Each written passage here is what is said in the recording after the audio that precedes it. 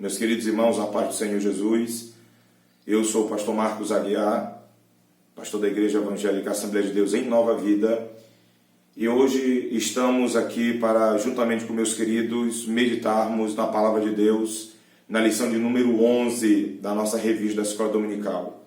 O tema da lição é a teologia de Eliú. O sofrimento é uma correção divina? Tendo como nosso texto áureo no livro de Jó, capítulo 36, versículo 15, que diz: ao aflito livra da sua aflição, e na opressão se revela aos seus ouvidos.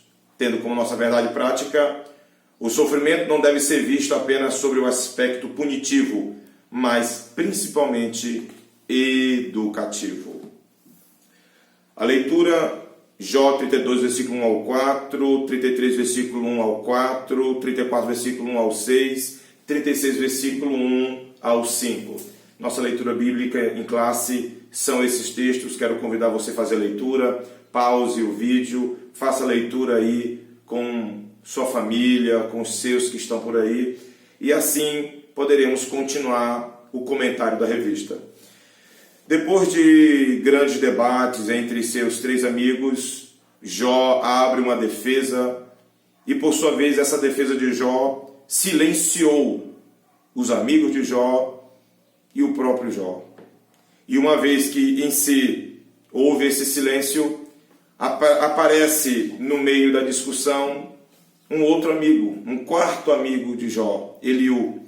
E esse amigo, por sua vez, ele apresenta uma ideia teológica a respeito de Deus, a respeito do sofrimento, a respeito dos planos de Deus.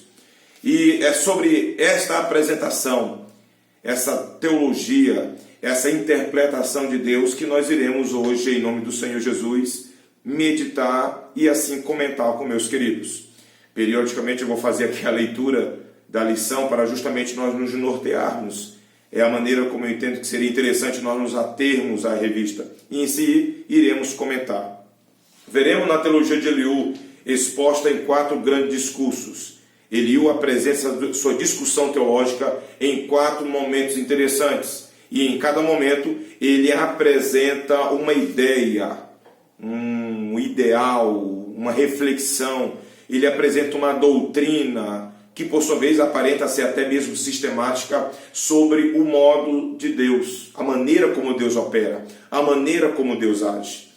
E assim, o nosso comentador, o autor da revista, pastor José Gonçalves, ele apresenta 4 pontos interessantes. Ele apresenta 3 pontos interessantes. O primeiro ponto é o sofrimento como uma forma de revelar Deus. Para Eliú, o sofrimento é uma maneira de revelar Deus. É uma forma de mostrar Deus. É um método da revelação divina. Ele diz, em primeiro lugar, que Deus é soberano. Deus é soberano acima de todas as coisas. Ele age como Ele quer. Ele tem o poder de operar da maneira como o seu conselho determina. Neste primeiro discurso, Eliú destaca a queixa de Jó, porque Deus não lhe respondeu. Na mente de Jó, na cabeça de Jó, não existia uma resposta. E, na verdade, Jó até pede alguém que o ajude. Ele pede o intercessor. Ele pede que alguém responda às suas queixas, ao seu clamor. Ele quer encontrar o motivo pela qual ele está sofrendo. E agora vem Eliú e diz que o próprio sofrimento de Jó é uma forma de Deus responder. É uma forma de Deus falar. É uma forma de Deus trabalhar na vida daqueles que o servem. E essa maneira é única em Deus. Nós somos humanos, somos frágeis, somos falhos, somos limitados. Nós não temos condições de enxergar além do horizonte da revelação. E pelo fato de a revelação ser importante para nós, e Jó aparentemente não está vendo o agir de Deus, não está sendo capaz de entender o porquê que Deus está agindo, então ele o menciona, ele fala, ele traz à mente de Jó que o sofrimento é um plano de Deus. E que Deus é soberano sobre nossas vidas, tanto sobre a vida de Jó, sobre a vida de Eliú, sobre a vida daqueles que servem a Deus. E ele entra nesse discurso mencionando que Deus é soberano. O segundo ponto é: o orgulho do homem priva de ouvir Deus. O que é o orgulho? O orgulho é aquele pecado que o ser humano tem de pensar que ele é autossuficiente, que ele tem tudo, que ele pode tudo, que ele é capaz de fazer, que não há necessidade de outro recurso a não ser o seu próprio ego ou a sua própria estrutura. E Eliú vem e ele desfaz com a sua teologia essa ideia que Jó tinha de que ele era injustiçado, que estava passando por uma injustiça. E aparentemente Eliú chega inclusive a acusar Jó de orgulho, de pecado, o que seria uma intransigência de Jó. Jó não estaria olhando, não estaria percebendo Deus falar, porque o seu orgulho, o orgulho da sua santidade, o orgulho da sua justiça, o orgulho de todas as suas obras. Nós estudamos na última lição a defesa de Jó, a última defesa de Jó. Ele se sentia injustiçado porque ele era um homem bom, um homem que vigiou seus olhos, um homem que lutou para fazer o que é certo, que lutou para agir com justiça em todos os seus ambientes. E isso, na mente de Eliú, causou uma incapacidade de Jó ver o agir de Deus. Para Eliú, Jó era orgulhoso. Para Eliú, Jó era uma pessoa que, infelizmente, não era capaz de enxergar Deus. Claro que era um erro. Eliú não distinguiu a própria situação de Jó. Eliú estava tentando atirar no escuro para trazer a Jó o entendimento do que estava acontecendo. Uma outra grande situação é o mistério da redenção. Além de sonhos e visões, Eliú também destaca que Deus usa a enfermidade, a doença, como um dos canais de comunicação entre Deus e o homem. Por causa dela, ele pode enviar um anjo para anunciar a Jó o seu dever, dizer o que ele deve fazer e também interceder em favor da saúde do patriarca. Desta forma, esse mensageiro anuncia o que é justo e bom, a fim de recuperar o estado de justiça que Jó desfrutava antes da sua enfermidade. Pelo que nós entendemos, houve um certo momento que Jó disse o seguinte: eu sei que o meu Redentor vive e por fim se levantará. Eliú menciona a angelologia, que é a doutrina a respeito dos anjos. Eliú, ele dentro da sua compreensão para a sua época, a ideia de Deus da sua época era de que Deus usava os anjos como uma espécie de seres intercessores, que eram enviados justamente para interceder pelos homens, para socorrer estes homens.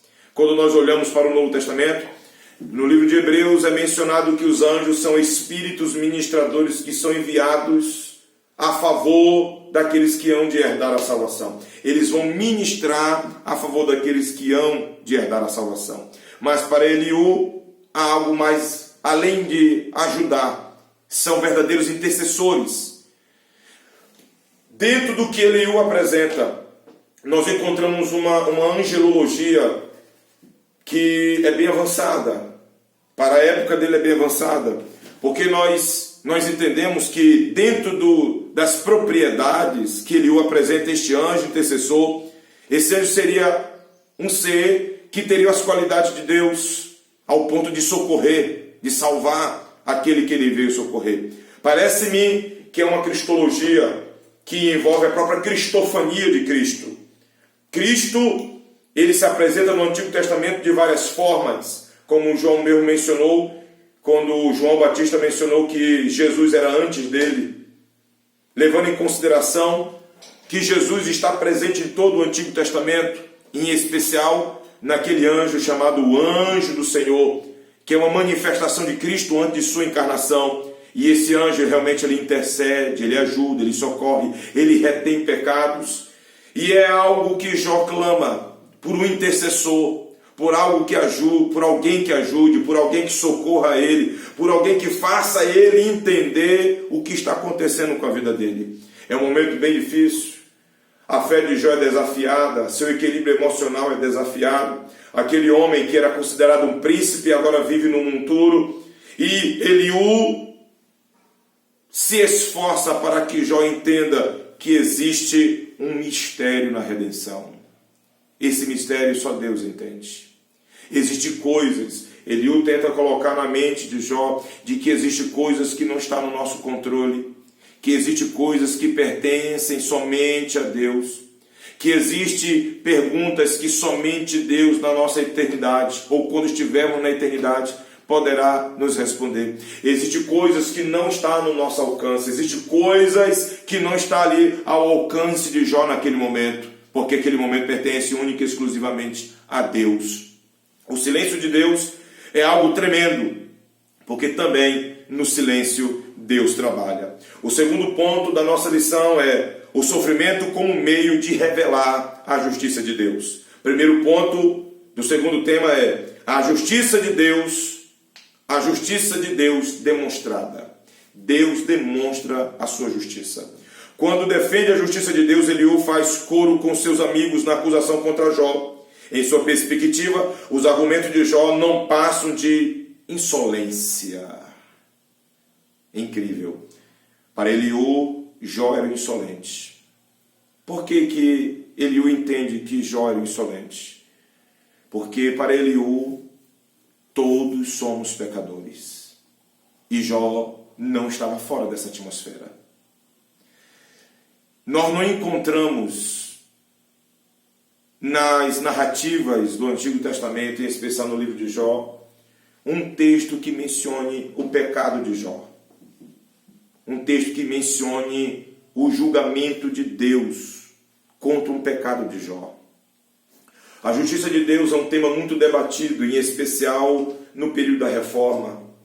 Quando nós olhamos para o histórico de Martinho Lutero, a justiça de Deus causava temor, causava pavor no coração de Lutero. Lutero não entendia o que era a justiça de Deus. Porque nas entrelinhas do entendimento católico daquela época, a justiça de Deus era a ação de Deus para destruir o pecador, para trazer julgamento, sentença e condenação ao pecador. E isso causava um temor muito grande para Lutero. E aqui Eliú trata da justiça de Deus. Com muita persistência, com muita oração, com muita busca, Lutero encontrou um texto que diz que o justo viverá pela fé, ou que o justo será justificado pela fé. Foi quando Lutero entendeu que a justiça nada mais é do que uma imputação divina.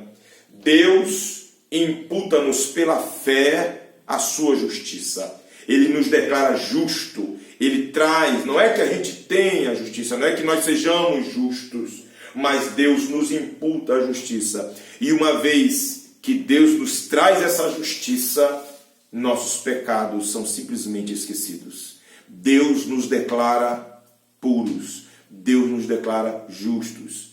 Claro que não é o contexto que aqui se encontra, porque para Eliú, Jó merecia aquilo. De alguma maneira, Jó provocou aquela situação e que unicamente ele, Jó, era o culpado e que Deus estava aplicando a justiça dele. Um outro ponto interessante é que Eliú menciona o caráter justo de Deus. Deus é tão justo que não iria fazer com que Jó sofresse injustamente. Deus é tão justo que, se não fosse um pecado cometido por Jó, não teria como explicar aquilo. E que Deus agora está trazendo essa situação para ele. Para não haver dúvida, Eliú passa a descrever o caráter justo de Deus. Ele age com justiça quando retribui ao homem o que ele merece. É interessante. Para Eliú, a teologia de Eliú, o entendimento doutrinário a respeito de Deus de Eliú, era que Deus simplesmente era justiça. Não levava em consideração a graça de Deus, a misericórdia de Deus, a compaixão de Deus, o juízo de Deus. É plena justiça. E essa justiça, na mente de Eliú, era que Deus, como provedor, ele tem o direito de, se quiser, inclusive se quiser, eliminar toda a vida da face da terra. É só retirar-lhe o seu espírito. É só remover o fôlego de vida e todos os seres humanos estariam perdidos. E é bem verdade que a misericórdia de Deus são as causas de nós não sermos consumidos. Para Eliú entender o que estava acontecendo com Jó, ele teve que lançar mão de toda a sua sabedoria. Não é à toa que, quando ele pede desculpas para poder falar, ele se considerando um jovem, talvez até indigno de estar diante de Jó e de seus 3 amigos, ele se pronuncia dizendo que não é só a velhice, os anos de vida, a experiência de um homem idoso que lhe causa sabedoria, mas também o próprio Espírito de Deus. Eliú se sente inspirado, se sente iluminado pelo Espírito Santo para trazer essa palavra para Jó. Mas aparentemente existem certas contradições. A defesa da soberania de Deus. Atente para a seguinte pergunta: será que Deus deve recompensá-lo segundo o que você quer ou não? A Nova Almeida atualizada. Eliú encerra o capítulo mostrando a Jó que Deus, em sua soberania e livre vontade, não tem a obrigação de agir segundo o querer do homem. Sendo soberano, ele não está sujeito a qualquer julgamento humano. Por todo o livro de Jó, o autor destaca a soberania divina. Um exemplo disso está claro no uso da palavra todo-poderoso, que ocorre 31 vezes no livro de Jó. O autor destaca a soberania divina. O exemplo disso está claro no uso da palavra todo-poderoso, como já foi mencionado. Todavia, é preciso destacar 2 coisas sobre a fala de Eliú. Primeiramente, ele, assim como seus amigos, erra por partir do princípio de que Jó havia cometido um pecado. Em segundo lugar, Eliú exalta apenas a justiça de Deus e nada diz acerca de sua misericórdia. Para ele, o Altíssimo havia posto sua justiça soberana acima do seu amor, o que é um erro muito sério. Sem dúvida alguma, é justo, mas grandiosamente ele também é amoroso e misericordioso. Eu dou glória a Deus pela misericórdia do Senhor. Eu dou glória a Deus pela graça do Senhor. Porque é justamente pela graça de Deus que nem Eliú e nem os 3 amigos de Jó e o próprio Jó não foram destruídos, não foram consumidos. Está escrito que a graça do Senhor é justamente aquele favor imerecido, aquela graça manifestada que nos livra de todo mal, que nos guarda, que nos ilumina, que nos enche do Espírito dele.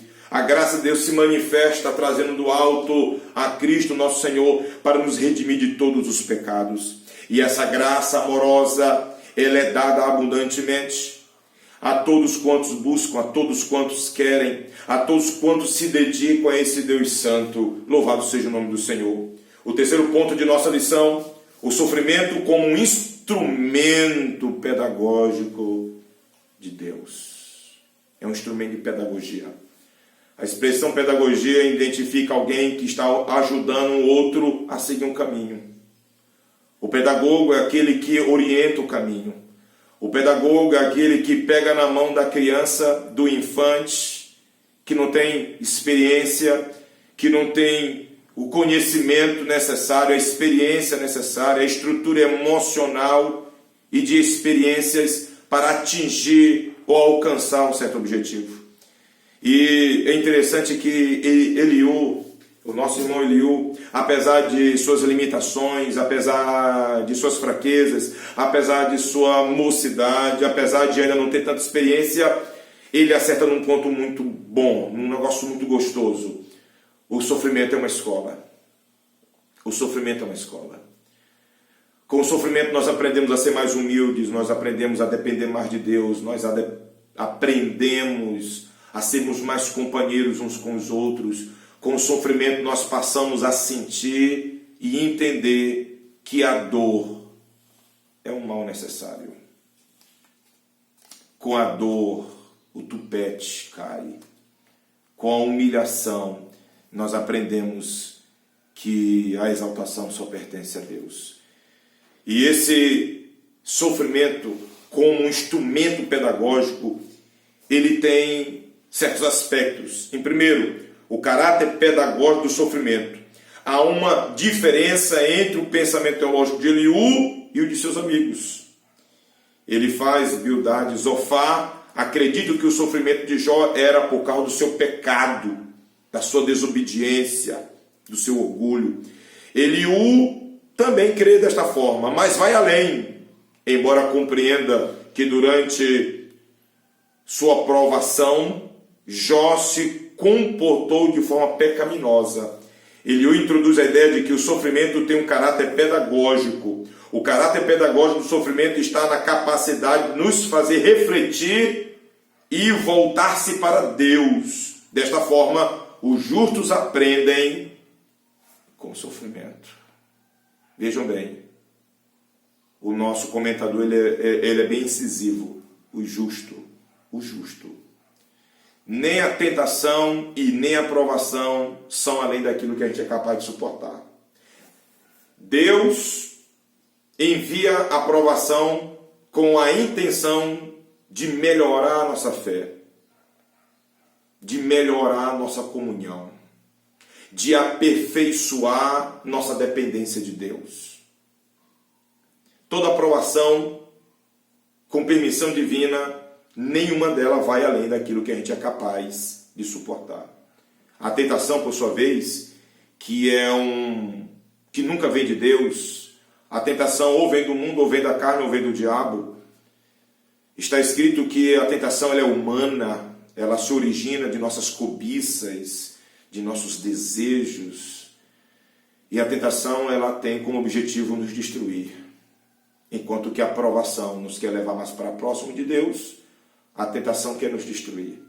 Destruir nossa comunhão, destruir nossas crenças, destruir nossa fé, destruir nosso nome, destruir nossas vidas. Enquanto que a tentação nos destrói, se você cair nela, a provação, ela te conduz por um caminho de sabedoria. Ela te conduz por um caminho de dependência de Deus. A provação, o sofrimento, as lágrimas, a enfermidade, a própria morte nos ajuda a entender coisas maiores de Deus. Jesus morreu e ressuscitou, e ele diz, eu sou a ressurreição e a vida. Glória a Deus por isso. E o que nós aprendemos no sofrimento? Todo homem e mulher, seja este adulto ou infante, o sofrimento torna a pessoa mais forte. O sofrimento torna a pessoa mais madura. O sofrimento faz a pessoa entender a dor ao ponto de ele se colocar no lugar do outro, sentir a dor alheia e assim socorrer-lhe. É por isso que Jesus é o nosso modelo de sofrimento. Jesus enfrentou um sofrimento vil de uma proporção tão indescritível que ele se tornou o nosso mestre nesse caminho, neste momento de tantas dificuldades